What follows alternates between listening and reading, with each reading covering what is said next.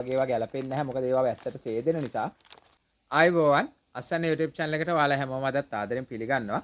ඉතින් අපේ ගෙදරම තියෙන අඹ ගහක ගෙඩි හැදිලා අපි ඕක කපලා බැලුවත් ගොඩක් වෙලාවට අපිට ඒක කෑමට ගන්න බෑ. ඒවයි පණුව ඉන්නවා. ඉතින් ඇත්තටම මේ අඹ ගෙඩි ඉදුණට පස්සේ පණුව ඇති වෙනව නෙමෙයි.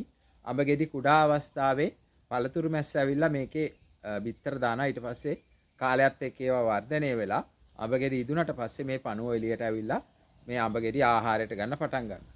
ඉතින් ඒ සඳහා අපිට කරන්න තියෙන්නේ මේ අඹ ගෙඩි කුඩා අවස්ථාවේදීම ඒක වළක්ව ගන්න එක. ඉතින් දැන් TJC අඹ වගාවේදී නම් මෙන්න මේ ඔබ දකින විදියට පලා ආවරණයක් තියෙනවා විශේෂයෙන්ම.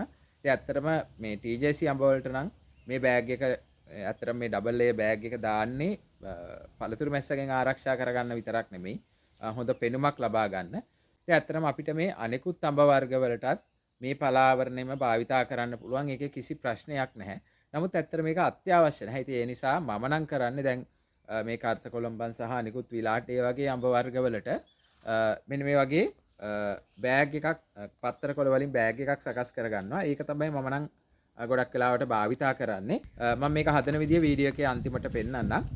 ඉතින් ඇත්තටම මම නම් කරන්නේ මේ වගේ බෑග් එකක් හදාගෙන මේ පලාවරණේ යොදන දිනේ මේ බෑග් එකේ සටහන් කරගන්නවා. දැන් TJC අඹ වල නම් අපි පලාවරණේ යොදලා දින 75ක් 80කින් තමයි අපි මේක කඩාගන්නේ. නමුත් ඇත්තටම මේකෙදි වාට එහෙමම කරන්න අවශ්‍ය නැහැ. එකම ප්‍රමාණයේ අඹ ගැටවලට එක දවසක බෑග් ටික දාගත්තා නම් ඔයාට පුළුවන් ඒ ටික දවසක් ගියාට පස්සේ මේක ලිහලා බලන්න එක ගෙඩියක් ලිහලා බැලුවා නම් ඔයාට හිතා ගන්න පුළුවන් මේක කඩන්න පුළුවන්ද බැරිද ඒ වගේ අපිට හිතා ගන්න පුළුවන් ඇත්තටම.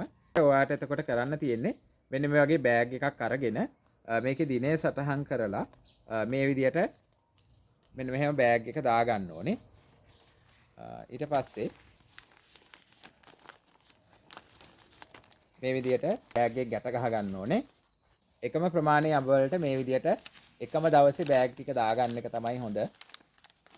ඇත්තට මේ බෑග් සකස් කරද්දී පත්තර කොළ වලින් තමයි සකස් කරගන්න ඕනේ. මොකද වෙනත් ඔය A4 කඩදාසි ඒ වගේ ඒවා ගැලපෙන්නේ නැහැ. මොකද ඒවා වැස්සට සේදෙන නිසා. මීට අමතරව ඔයාට පුළුවන් ඕනනම් ඔය සිමෙන්ති කවර වලින් බෑග් එක හදාගන්න. හැබැයි ඒවා හොඳට පිරිසිදු කරලා ගන්න ඕනේ සිමෙන්ති තියෙන නිසා. ඉතින් මං හිතනවා මේ වීඩියෝ එක ඔයාලට ගොඩක් වැදගත් වෙන්න ඇති කියලා. වෙනත් වීඩියෝ එකකින් තවත් දවසක හමු වෙමු. බොහොම ස්තුතියි.